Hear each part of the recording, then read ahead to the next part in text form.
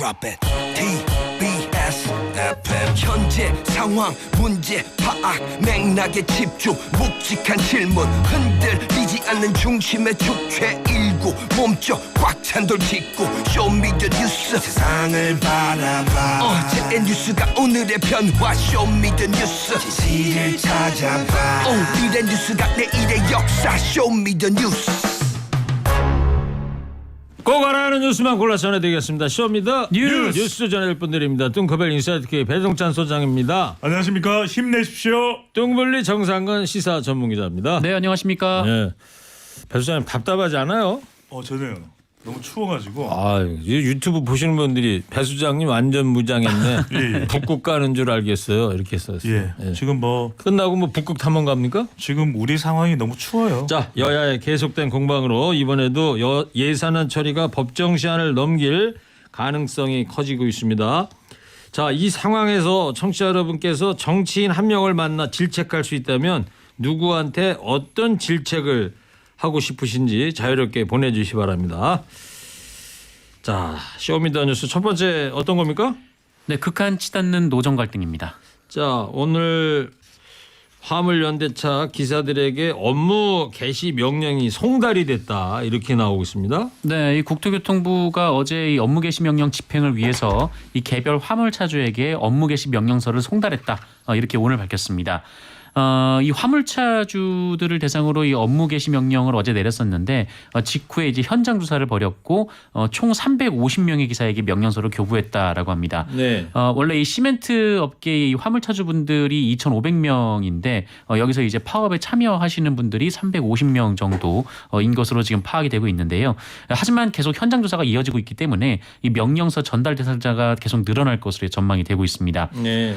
다만 이 화물차주 개인에게 이 명령서가 송달이 돼야 되는데 이 운송업체들이 화물차주 개인 정보를 제출하는데 굉장히 좀 난색을 표하고 있는 것으로 알려졌습니다. 왜냐하면은 이 파업에 참여를 하지 않아도 이 현장에 가서 뭐 상하차를 할 수가 없으니까 현장에 안 나오시는 그렇죠. 분들도 있거든요. 예. 근데 어떤 분이 파업에 참여를 하고 있고 어떤 분이 파업에 참여를 하지 않는지 그 회사에 소속된 노동자가 아니다 보니까 이 정확히 알 수가 없는 상황이란 말이죠. 그래서 이 국토교통부가 연락처를 요구를 하고 있는데 이 개인 정보라서 좀 주기가 어렵다. 좀 이렇게 난색을 표하고 있는 상황이라고 합니다. 그래요. 그러니까 뭐 회사의 직원들이 파업을 하는데 이 일을 하는지 안 하는지 금세 파악이 되잖아요. 네네. 그렇죠. 네. 근데 지금 정상 기자 얘기한 대로 이분들은 다 개인 사업자예요. 자영업자입니다. 네, 다들 사장님이셔. 네. 네, 자영업 하시는 분이라. 자, 0427님께서 저는 화물차 차주입니다. 윤석열 대통령이 화를 키워서 쉬고 있습니다. 잘 타협이나 됐으면 합니다. 밖에서 지금 PD들이 직접 통화를 0427님하고 해봤는데요. 시멘트를 받지 못해서 일주일째 일을 하지 못하고 계신다고요. 화물연대 비회원이시지만 파업 취지에는 정말로 공감하신다. 이렇게 말씀을 했다고 합니다. 그러니까 저 화물연대 조합원은 아니시고 그렇죠. 네. 네네. 그럼에도 불구하고 이제 시멘트를 받지 못하니까 이 화물차 차주로서 일을 쉴 수밖에 없다. 그렇지만 화물연대 파업의 뜻에는 공감한다. 이런 입장을 밝혀주셨는데 배 수장님 시멘트 화물 노동자들이 기자회견을 했죠. 그렇습니다. 인천의 시멘트 공장에서 기자회견을 했는데 핵심은 업무 개시 명령이 위헌이다 이렇게 이야기를 했습니다. 그런 이유는 뭐냐면은 화물연대 파업을 지금 정부도 그렇고 윤석열 대통령의 발언도 그렇고 집단 이기주의로만 몰고 가는 정부에 강하게 항의한다. 노동 탄압을 멈추고 진정성 있는 대화를 해야 된다. 이렇게 촉구를 했는데 이제 위헌으로 보는 이유는 이 이유입니다. 정부의 업무 개시 명령은 법 개정이 이루어진 2004년 이후 처음 시행된 반헌법적인 조치인데다가 국제노동기구 ILO 협약을 위반한 처사다. 민주노총은 이번 업무 개시 명령을 노동 탄압의 본격적인 신호탄으로 이제 규정한다고 이야기했는데 그런 이유 중에 하나가 이 업무 개시 명령의 전제가 이건 불법이다. 불법이고 법을 어긴 것이기 때문에 처벌해야 되고 문제가 있다. 이런 차원에서 이제 접근을 하는 것이거든요. 그러다 보니까 화물연대는 업무 개시 명령에 대한 명령 무효, 가처분 신청과 취소 소송을 제기하겠다 이런 입장입니다. 네. 자, 정부는 업무 개시 명령을 회피하게 하면 가중 처벌한다는 입장을 내놨는데요. 이상민 행정안전부 장관 얘기 좀 듣고 오겠습니다. 시멘트 분야 운송 사업자와 운수 종사자가 정당한 이유 없이 업무에 복귀하지 않으면 법에서 정한 제재 절차에 들어가게 됩니다. 아울러 화물 차량 손괴나 주정차 위반과 같은 불법 행위에 대해서는 무관용의 원칙으로 엄정하게 대응하겠습니다. 화물연대는 국내외 다양한 복합 위기에 처해 있는 국가 경제와 민생의 엄중함을 고려하여 운수 종사자가 조속히 업무에 복귀할 수 있도록 협조해 주시기 바랍니다. 네, 어떤 내용인지 다시 한번 정리를 해볼까요? 네, 앞서 들으셨던 대로 이상민 장관이 관련돼서 이제 발언을 했는데요. 이 시멘트 분야 운송 사업자와 운수 종사자가 정당한 이유 없이 업무에 복귀하지 않으면 이 법에서 정한 제재 절차에 들어가게 된다 이렇게 경고를 했습니다. 이 말을 한 자리가 중앙재난안전대책본부인데요. 네. 이 노동자 파업으로 이제 중대본이 열린 것이 이번이 처음 있는 일입니다. 그래서 민방위 복을 입고 회의를 주재하기도 했는데요. 행정안전부 장관뿐만 아니라 이제 원희룡 국토교통부 장관도 이 명령서를 전달받지 않기 위해서 이를 회피할 시에는 형사처벌 때 더 가중처벌할 방침이다. 이렇게 말을 하기도 했습니다. 네. 자, 이런 상황이지만 화물연대는 가처분 신청을 준비하겠다고 얘기를 해요. 그렇습니다. 아까 말씀드렸던 대로 이 업무 개시 명령 자체가 위헌적 요소가 있기 때문에 명령 무효 가처분 신청과 취소 소송을 하겠다라고 이야기를 하고 있습니다. 그래서 과연 이것이 지금 우리가 불법으로 규정되는 것이 맞느냐 화물연대는 바로 이런 부분이기 때문에 이 가처분 신청을 통해서 좀 더 이제 협의를 할 수 있는 여지도 생기는 겁니다. 그렇게 되면 가처분 신청을 이제 준비하고 있다는 사항을 이제 발표를 했습니다. 네. 근데 정부에서는 화물연대의 가처분 신청이 아마 법원에서 받아들여지지 않을 거다 이렇게 자신하고 있는 상황 같습니다. 네, 국토교통부의 김수상 교통물류실장이 기자들과 만나서 이에 대한 입장을 밝혔는데요.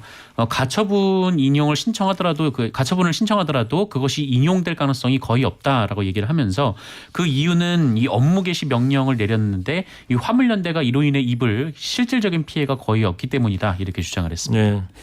지난번에 국민의힘 이준석 대표 가처분 신청 뭐 인용 예. 그 한참 듣다가 또 간만에 또 이런 법률적 용어를 듣게 되는군요. 자, 가처분 이 심리가 이 시작이 되면 말이에요, 배 소장님. 쟁점인 어떤 것들이 있을 것 같아요?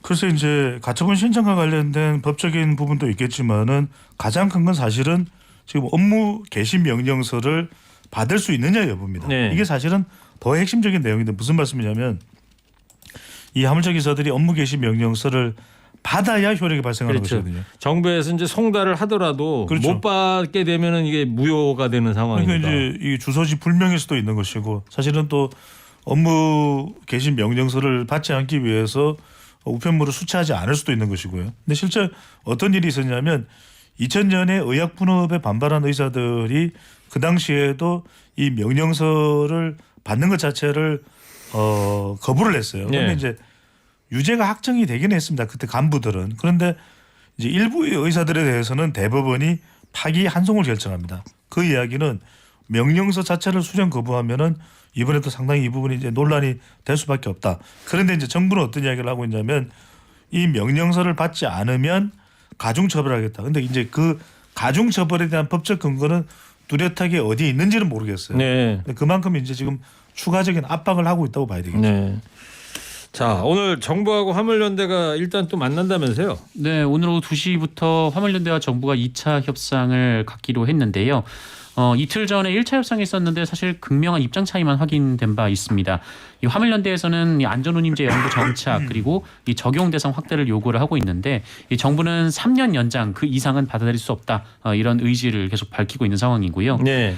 게다가 지금 업무 개시 명령까지 발동돼서 뭐 상황은 더욱 좋지 않고 이 대치가 강대강으로 치닫는 사이에 이 산업계 피해가 커지고 있는 상황입니다. 네.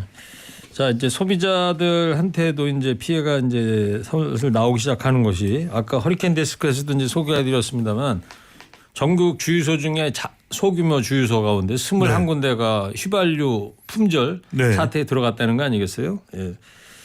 자, 그리고 오늘부터 서울 지하철 노조도 이제 파업에 돌입했어요. 그렇습니다. 오늘 안 탔어요, 지하철? 오늘은 버스를 이용했습니다. 네. 아예 그냥 지하철 자체가 상당히 어려운 상황이 간격이 더 벌어졌다며 예. 대차 간격이. 판단을 했고 대체 인력이 투입은 됐습니다. 그런데 이제 보통 대체 인력이 투입되고 일주일에서 이제 열흘 정도가 되면 상당히 이제 피로감이 생길 수밖에 없는데 지금 이제 1호선에서 8호선까지 이제 총 파업에 돌입을 했습니다. 근데 지금 뭐 공항철도는 괜찮다는 이야기일 테고요. 나머지 네. 이제 노선들은 운행을 하고 있다라는. 아 여기 상암동 디지털 미디어 시티역 가는 공항철도는 그렇죠. 괜찮습니까? 1호선에서 8호선이 총 파업에 돌입한 네. 거지. 근데 이제 코레일에 이 소속이 돼 있는 노선이라서 그런데 코레일의 경우에도 지금 다음 달에는 파업을 할 계획이 있다. 그래요? 이렇게 이야기를 하고 있습니다. 그래서 상당히 상황이 더 어려울 수밖에 없는데 핵심은 이겁니다. 과연 왜 그럼 파업을 할까? 일각에서는 뭔가 더 얻어내려고 조직 이기주의에서 비롯됐다라고 이야기하는데 협상의 쟁점은 이제 구조조정 아닙니다. 예. 여기서 더 인원을 줄이게 되면 인력 감축을 하겠다는 그렇겠습니다. 거에 대한 조합원들의 파업이라 이거죠. 이제 이게 안전 문제인데 실제로 올해 지난해 구체적으로 숫자는 안 말씀드리게 좋겠는데 여러 명의 극단적 선택이 있었습니다. 왜냐하면 이게 어두컴컴한 터널에서 계속 지하철 기관차를 운행하는 것이 상당한 심리적 트라우마가 있다고 합니다. 그래서 그런 상황인데 시간을 좀 더 짧은 간격으로 배치를 하려면 여기서 인원을 더 줄이면 안 될 수도 있는 네. 것이거든요. 그런 상황인데 지금 이제 인원을 더 줄이겠다. 그만큼 이제 지하철 노선에 대한 적자 폭이 커지고 있다는 이야기인데 이 부분이 지금 서울 지하철 파업의 쟁점이라고 봐야 되겠죠. 네, 알겠습니다. 자, 여야의 계속된 공방으로 예산안 처리가 결국 법정 시한을 넘길 것으로 보이는데 여기에 대한 청취자분들 이야기 소개해드리도록 하겠습니다. 이 대치 상황에서 여러분이 정치인 한 명을 만나 질책할 수 있다면 누구를 만나 어떤 질책을 하시겠습니까? 자, 소개해드립니다. 정진석 의원한테 이런 질책하고 싶어요. 앞으로 처신 잘하십시오. 저는 이상민 장관한테요. 스스로 처신도 제대로 못하면서 누구한테 업무 개시 명령서를 발부합니까? 저는 대통령한테 협치 좀 해주십시오라고 하겠습니다. 또 다른 분도 역시 대통령한테 정치는 혼자 하는 게 아닙니다. 이런 말 해주고 싶네요. 저는 권성동 의원한테 물 만난 건 알겠지만 노를 아무리 생각 없이 젓지 마세요. 국민들이 다 보고 있습니다. 또 다른 분은 국민 없는 국가 만들고 야당 없는 여당 회식 답답하기만 합니다. 명령만이 전부가 아닙니다. 국민의 호소에 귀를 열어주시기 바랍니다. 또 화물연대 파업과 관련해서는 이런 의견을 보내셨네요. 화물차 운전자는 개인 사업자 아닌가요? 국가가 개인의 사업을 두고 이래라 저래라 하면 안 되는 거죠. 그럴 거라면 화물연대 운전자를 전부 공무원으로 뽑을 일이지 말입니다. 한 번만 더 소개해드리겠습니다. 세계 노동기구에 탄원서를 넣으세요. 화물연대 이렇게 보내주셨습니다. 두 번째 쇼미더 뉴스는요. 네, 더 탐사 논란입니다. 오늘 윤석열 대통령이 한동훈 법무부 장관 집을 찾아간 더 탐사를 비판했어요. 네, 윤석열 대통령은 유튜브 채널 이 더 탐사가 이 한동훈 법무부 장관 자택을 무단으로 찾아간 일을 언급하면서 이 법의 엄정함을 보여줘야 한다 이렇게 말을 했습니다. 국무회의에서 한 발언이었는데요. 윤석열 대통령은 법무부 장관 자택을 이런 식으로 무단 침입하면 국민들이 어떻게 보겠느냐라면서 이 법을 제대로 지키지 않으면 어떤 고통이 따르는지 보여줘야 한다 이렇게 말을 했습니다. 예. 항상 대통령 언필칭 법과 원칙입니다. 네.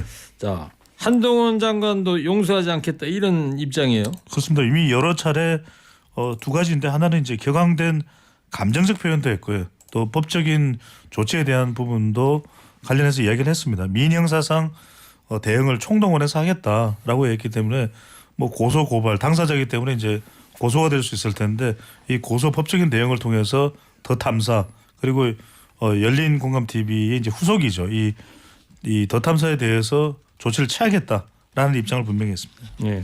근데 한동훈 장관의 집 주소가 말이에요. 경찰 쪽에서 실수로 전달됐다 이런 보도가 있더라고요. 네, 이 더 탐사 취재진이 그 유튜브 방송에서 이 한동훈 장관 주소가 담긴 문서를 공개했는데요. 이게 네. 이 긴급 응급 조치 결정문 일부였습니다. 그런데 이 결정문에 이 한동훈 장관의 집 주소가 그대로 노출이 됐는데요. 이게 알고 보니까 이 경찰 측에서 실수로 잘못 전달된 것으로 확인이 됐습니다. 이 경찰 측은 원래 이 피의자 방어권 측면에서 이 결정문을 같이 이제 보내게 되는데 이 매뉴얼상 착오가 있어서 이 주소가 그 고스란히 들어가 있었다라고 밝혔습니다. 네. 자, 대법원은 더 탐사의 한동훈 장관 접근 금지 결정을 확정했어요. 그렇습니다. 어떤 내용인지 이제 궁금하실 텐데 최근에 이제 한동훈 장관의 집을 찾아갔던 그 사안은 아니고요. 네. 어떤 내용이냐면은 이 대법원에서 결정한 사안은 이 A 씨가 있습니다. 더 탐사 소속 기자인데 A 씨가 지난 이제 8월부터 9월 사이에 서울 영등포구 국회에서 한 장관의 자택까지 한 장관 수행비서, 한 장관이 아닙니다. 한 장관 수행비서 B 씨를 미행했고 B 씨에게 이제 불안감과 공포감을 느끼게 만든 혐의를 받고 있는데 지난 이제 9월 22일 서울 종로구 헌법재판소에서부터 이제 미행한 혐의도 있는데 이 부분에 대해서 이제 법원 결정에 불복해서 낸 재항고를 이 대법원이 기각을 했다. 예. 그러니까 접근 금지한 조치에 대해서 계속 유지하겠다라는 결정을 내린 것이죠. 예. 자, 그리고 더 탐사 기자가 휴대전화에 비밀번호를 걸어가지고 제출했다면서요? 네, 이 관련돼서 이 더 탐사 이제 시민 기자가 휴대폰을 제출했는데요. 원래 이게 압수수색 대상이었습니다만은 압수수색 때 응하지 않았고요. 네. 대신 임의 제출로 제출을 했습니다. 그런데 이 제출한 휴대전화가 이 비밀번호가 설정된 아이폰이었다고 하는데요. 네. 이 강진구 더 탐사 대표는 이 경찰이 스토킹 혐의가 추가로 있었는지 확인하기 위해 휴대전화가 필요하다고 해서 제출을 했는데 이 한동훈 장관이 본인의 행동을 되돌아보라라는 의미에서 이 아이폰의 비밀번호로 설정해 경찰에 넘겼다 이렇게 말을 그러니까 했습니다. 강진근 기자가 아이폰을 갖고 있는데 비밀번호를 걸어가지고 제출했다 이거죠? 그 아이폰은 강진구 기자의 아이폰은 아니고요. 다른 기자의 네. 아이폰인데 이 강진구 기자가 그 아이폰에 이제 비밀번호를 걸어서 제출했다 이렇게 밝혔습니다. 이게 무슨 얘기냐면 이 한동훈 장관이 이른바 이제 검언유착 의혹 사건으로 수사를 받는 과정에서 2년 넘게 이 검찰의 아이폰 비밀번호를 알려주지 않아서 불가능하다면서요? 네, 뭐 2년 정도 이제 알려주지 않아서 좀 네. 논란이 됐던 바가 있습니다. 그랬군요. 알겠습니다. 화물연대 파업 관련해서 청취자 문자 한 분 소개하겠습니다. 6060님이신데 해결할 수 있는 시간이 6개월이나 있었는데 손 놓고 있다가 모든 것을 파업 노동자의 불법으로 규정하는 법 좋아하시는 분들 직무유기도 법을 어기는 것인데 제발 협박만 하지 말고 문제 해결에 지혜 좀 모아라. 또 이창영 청취자께서는 화물 운전자가 자영업자인가요? 노동자인가요? 저도 못 받은 돈 있습니다. 노동부 못 가고 민사로 해야 한다고 합니다. 예, 이런 문자 보내주셨습니다.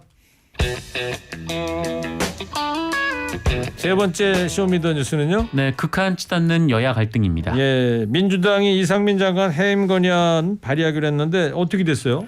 네, 오늘 한다고 그런 거 아닌가? 원래 오늘 한다고 했었는데요. 네. 어제 그 원내 의원총회가 있었는데 그때 이제 몇몇 의원들이 곧바로 탄핵 소추안을 발의해야 한다 이런 주장을 했었다라고 합니다. 그래서 어제 결정을 내리지 못했고 원내 지도부에 어떻게 할지 그 결정을 일임하기로 했었는데 오늘 이 민주당 박홍 원내대표가 기자들과 만나서 한 얘기는 그 예정대로 이 해임 건의안을 발의하기로 했다.